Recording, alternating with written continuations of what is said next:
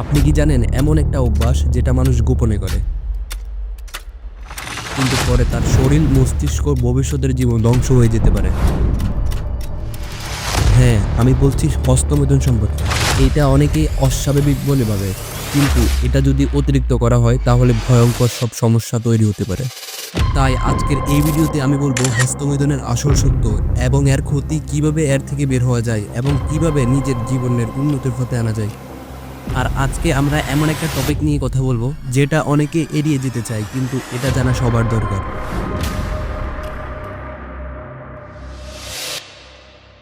তহল থেকে অনেকেই কিশোর বয়সে হস্তমৈথুন শুরু করে, একাকিত্ব বা স্ট্রেস থেকে মুক্তি পাওয়ার জন্য এবং পর্নোগ্রাফির প্রতি আসক্ত থেকে। এটা একটা ডোপামিন রিওয়ার্ড সিস্টেম তৈরি করে, যা মানুষের মনে সাময়িক আনন্দ দেয়। চিকিৎসকরা বলেন স্বল্প পরিমাণে কেউ হস্তমৈথুন করলে তার কোনো ক্ষতি হয় না, কিন্তু যখন এটা অতিরিক্ত হয়ে যায় তখন এটা আসক্তিতে পরিণত হয়। কেউ যদি দিনে 1 থেকে 2 বার করে এবং এটা তার দৈনিক কাজে প্রভাব ফেলে, তাহলে এটা এক ধরনের আসক্তি। এই নিয়ে বিজ্ঞান বলে অতিরিক্ত হস্তমৈথুন করলে ডোপামিন লেভেল কমে যায়, যার কারণে হতাশা, একাকিত্ব এবং আনন্দ বোধ কমে যায়। বেশি হস্তমৈথুন করলে ব্রেন রিওয়ার্ড সিস্টেম দুর্বল হয়ে যায়, ফলে সাধারণ কাজ থেকে আনন্দ পাওয়া কমে যায়। কিছু গবেষণায় বলেন অতিরিক্ত হস্তমৈথুন করার ফলে শরীরের টেস্টোস্টেরনের মাত্রা কমে যায়, যার কারণে শরীর দুর্বল হয়ে যায়, চেহারার গ্লো কমে যায় এবং আত্মবিশ্বাস কমে যেতে পারে।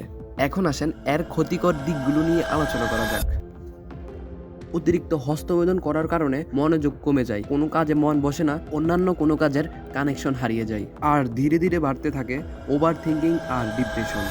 এর পাশাপাশি শরীর দুর্বল হয়ে যায়, এনার্জি হারিয়ে যায়, ক্লান্তি অনুভূত হয় সবসময়। অতিরিক্ত হস্তমৈথুনের ফলে চোখের সমস্যা এবং স্কিন ড্যামেজ হতে পারে, লাইক ডার্ক সার্কেল দেখা দিতে পারে চোখের নিচে, কারণ আপনি ভালো মতো ঘুমাচ্ছেন না, আপনার স্কিন দুর্বল হয়ে যায় এবং চেহারা ক্লান্ত দেখায়।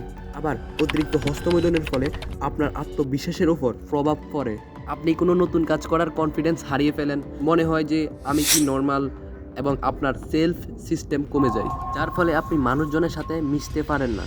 হস্তমৈথুনের যেটা গুরুতর ইফেক্ট দেখা দেয় সেটা হচ্ছে আপনার মোটিভেশন কমে যায়, আপনার কোনো কাজ করার মোটিভেশন কমে যায় আর কিছু করতে আপনার ইচ্ছাই করে না। এখন মেইন কথা হচ্ছে যে আপনি এই অভ্যাস থেকে কিভাবে বের হবেন।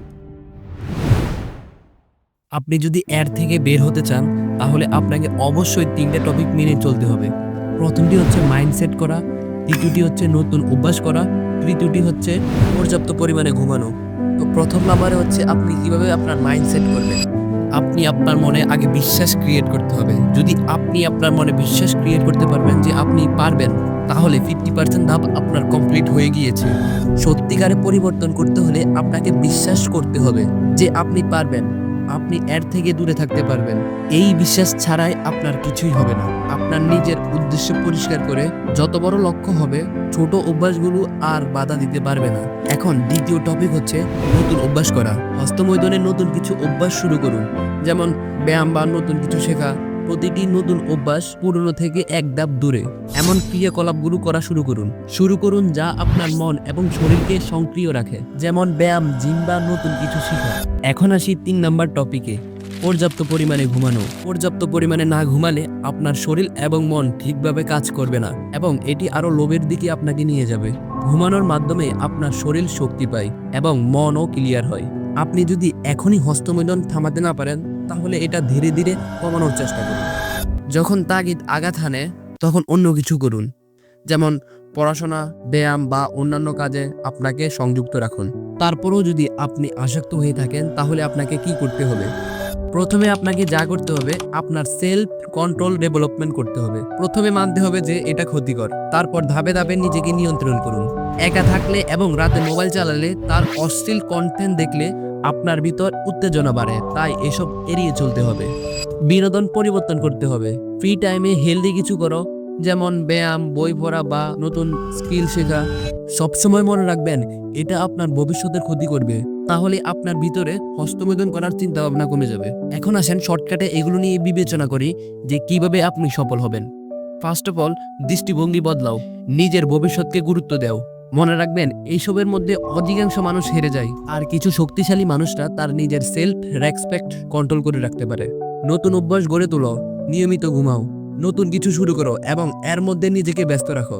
এছাড়াও ইসলাম এবং হিন্দু খ্রিস্টান ধর্মের মধ্যেও আত্মসংযমকে গুরুত্ব দেওয়া হয়েছে। আপনি দোয়া করুন, নামাজ পড়ুন এবং আল্লাহর কাছে সাহায্য চান।